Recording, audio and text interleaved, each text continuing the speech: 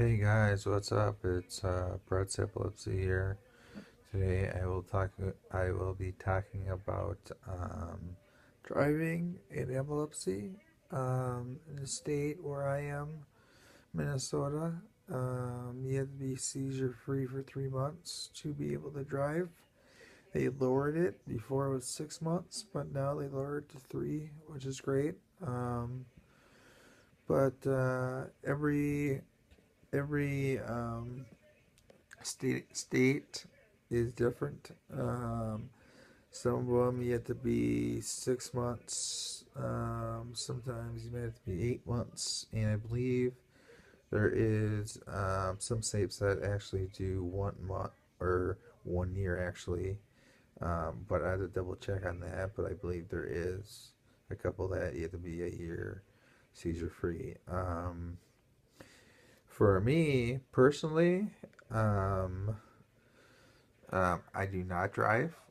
What I do is, as a substitute, I don't know if you guys notice this or if you do this or not, but what I do, I take Uber, which is just a app on your phone where you just put your information in and put your credit card information in there. It's just an app, and you download it on your phone.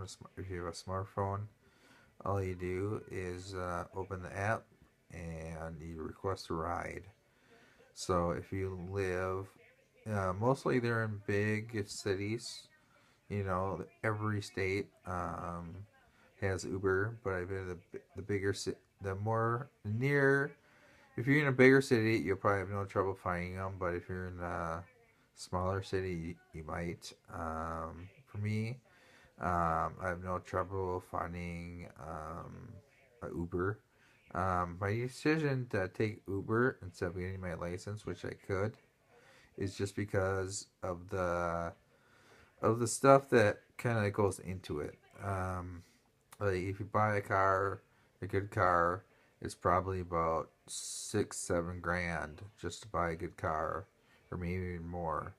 Plus, if you get insurance, or when you get insurance, your insurance will be higher because you have epilepsy, um, and it's just worked out for me. And I don't have to worry about the maintenance part either of your car. If it breaks down or something goes wrong with it, or gas prices are pretty much high, or just gas in general. So that's what I do is just take Uber. It's kind of, I tell people it's kind of like my car, where they're right there. They tell you like how long um, they're from you. So it's like kind of real time. They tell you, the time always switches. They tell you how long, they're there from you. So that's great. I just love it. So I just use I have one credit card. I just use it for Uber mostly, and it works out great for me. But for other people, who just want, I guess, more independence, or driving wherever or go wherever you want to. A lot of people just do that. So which is good, I guess. You just have to be careful, as like any. You just have to be extra careful, just because you have epilepsy, and not always you'll know that you will have a seizure. It can just happen just out of nowhere. So, but I know a lot of people that, or I know some people that have epilepsy and drive, and other people just do epilepsy, or they have epilepsy and they just have friends. They're really understanding, and they will take you places if you want, or even your parents probably take you to places that you need to go if you want to. And if you have really good friends, they'll pick you up, or really good family members, they'll take you places or whatever, which I'm lucky to have. But usually I take Uber. It's kind of like, it's also independence. It's just riding.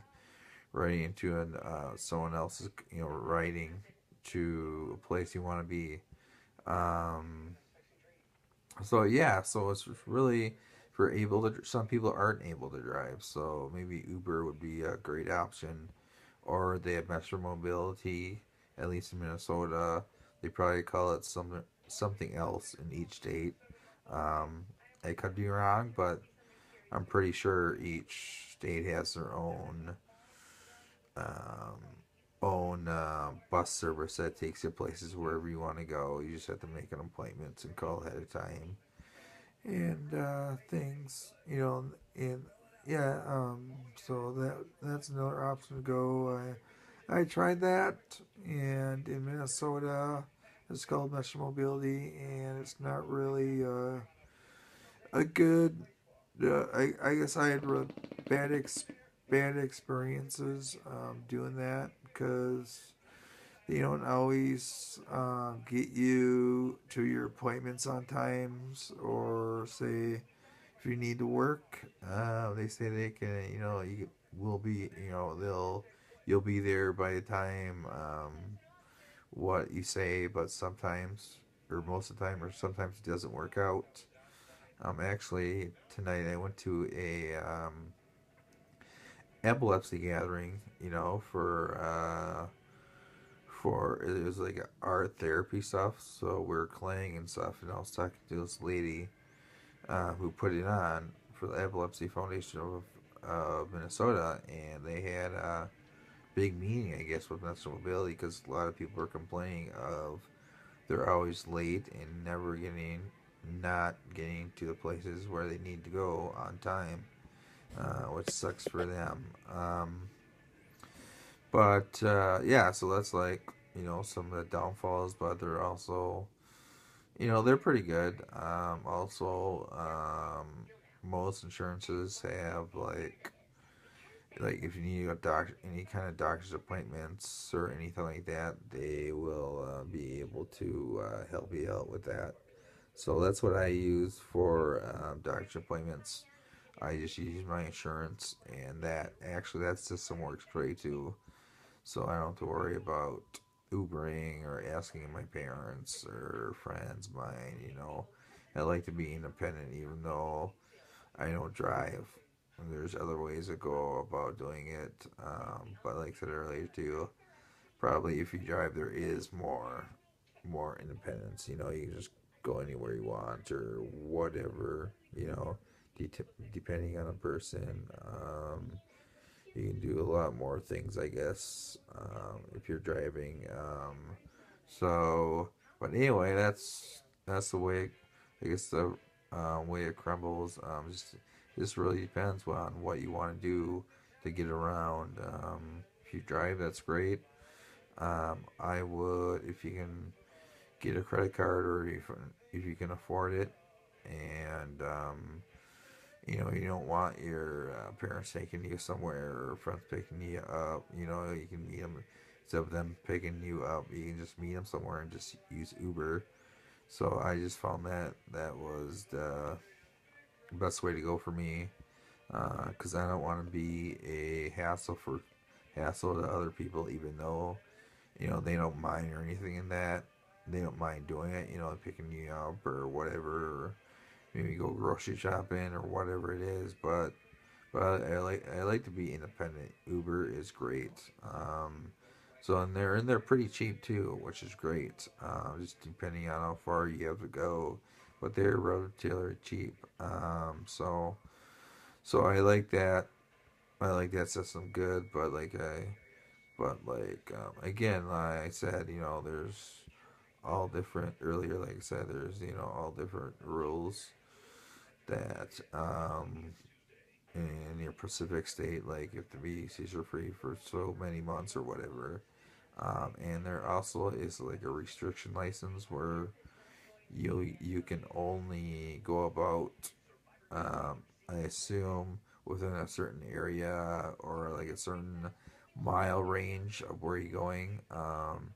When I was younger, I asked about driving, and he said he would give me a restricted license, but But also, he said though is the doctor said that there isn't really restrictions on it. They just say that for some reason. I forgot why he said that, but maybe it's just safer for you, maybe.